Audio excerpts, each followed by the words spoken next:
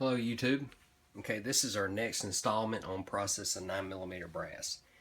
And this is basically kind of an inspection process of when I'm decapping and resizing, and I go through them. And I found some problems, some cases that had problems. Probably the biggest problem I found, and it's probably the easiest one to find, would be these Max Tech cases in 9mm Luger. They have this enormous, let me see if I can get a couple up here in the camera so you can kind of see. They have like a ledge in there, so there's like a bunch of brass in there. So it's like a real big ledge, and you can tell the difference just by feeling these in your hand. They're a whole lot heavier than a standard case would be. I mean, I can actually feel that. So that was by Max Tech, and I actually found these not by spotting them with my eye, and you notice they're not decapped, so I didn't fully. That one's decapped. That's probably the first one that went through, and I was like, what the heck? But anyway, when I was pulling the arm down for the press to raise the ram up, I had an enormous amount of resistance, like as soon as the case started entering the die, and I was like, something's up. I thought maybe they need to be lubed, or there was another case down in there, maybe a 22 or a 25, something that made its way in there. But that's how I found these, and I think that's a good indicator when you're resizing. If you feel that heavy resistance, take a look at it, because it's probably going to be one of these. And I'm not going to load these. I'm probably going to trash them because the case capacity is so small there. I don't think I would get I don't think it'd be safe with my primary load. Now if I had 1,000 of these, I may consider it, but resizing those, that's going to be a lot of work.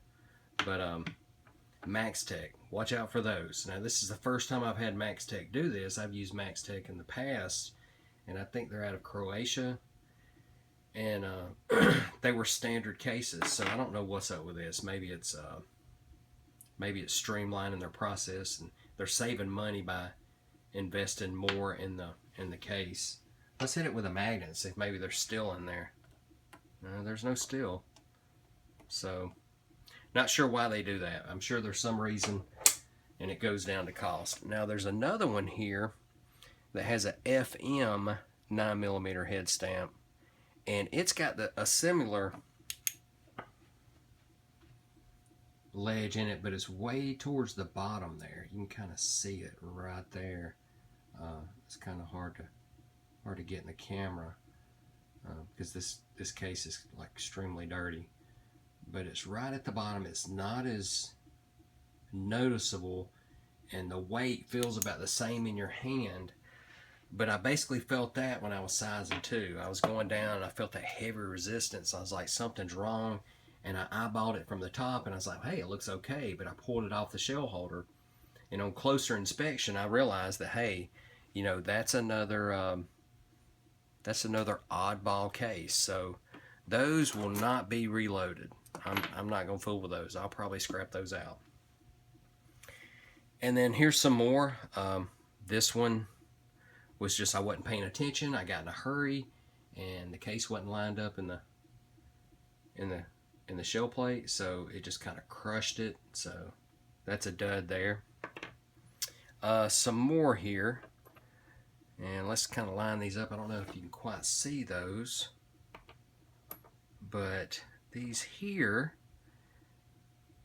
these had these are like mill surplus, so they have, the primer pocket has been staked basically.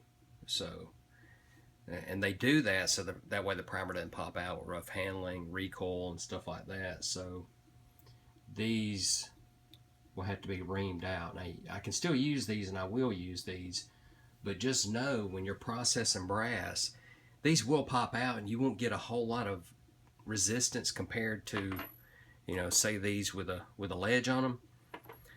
But if you don't inspect that head stamp and you're in the process of priming, you can get a primer like almost in there and then almost stuck, and it gets stuck in your shell plate. And so that's going to be like halfway in, halfway out, and you're basically pulling the shell plate out, and it can be troublesome. So I may do a video on how to get that out. But watch out for those.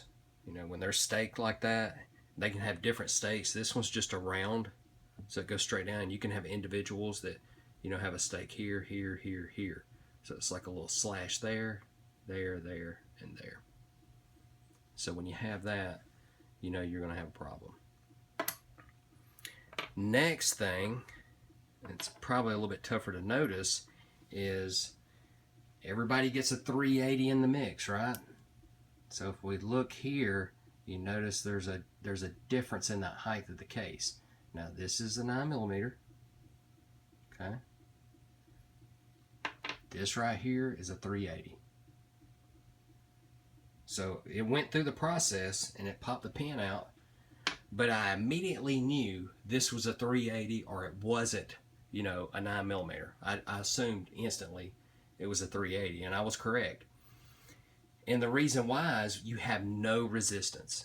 When you pull the arm down, you raise that ram up, and it goes into the when the case goes into the die, there's no resistance, and all of a sudden it pops that primer out, and it's over and done with. So I knew instantly that was a 380. So when I pulled that out, it went in my little side tray. It's like, hey, it's 380. Now the next one here, I assumed it was a 380 also, because it went up. I had, hardly any resistance, and it just kind of popped the case out. But it wasn't a 380. It was the 9mm Makarov, I think is how you pronounce it. It's a little bit taller. It's a 9x18. It's a 9x18, so it's still smaller. Still smaller than 9mm, but not by much. Not by much by the 9x19 or Luger. So this is a 9x18 9mm Makarov, if I'm pronouncing that correctly. So I had very little resistance on that. So if we look at these and why we didn't have resistance to those, and the whole point of this video is to, that way you catch stuff before you get to it. So you can look at the size. It's 9x18, and it's basically a straight wall case from what it looks like here. So you got a straight wall case. It's not tapered, so that's why I didn't have that resistance when I was raising that ram like I would with a 9mm, because it's a tapered case. And the 380 or the Kurtz, the 9mm short, it's a straight wall case too, but it's shorter, so there's no resistance. And when you look at the both have the same projectile, the 380 and the 9mm. If you look at the case on the 9mm, in the front the case is like 0.381, but in the rear it's 0.3911, so it's tapered. And you notice here it's 0.374. So you got that tapered case. So that's how it was easily recognizable for me. So now when it comes with the 9x18, it's going to be a little bit different, but it is smaller, so you don't have that it's thick case, so it does feel different, but it's a little bit taller than that 380. So, but those are things to look for when you're processing your brass, and that could be for a number of things. If you're doing 10mm, you'll get some 40s in there, and that's very noticeable there. But when it comes to 9mm, that's usually what happens. And if you're, let's say you clean them and you're on a progressive press, and you clean them with the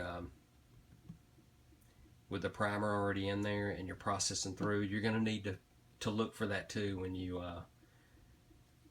you're hammering down, try to feel that. I don't have a progressive press, so I don't know how the feel is different, but on a single stage press, you can definitely feel the difference. So look out for that. That's going to save you a lot of aggravation when you go to load and you go to prime. Especially when it comes to the staked primers for the military surplus. They're all going to be staked because you want to ream those out or swage them. Either way, I got both kits. I got the RCBS swaging kit, and then I have the reamer on the Lyman Case Prep Express.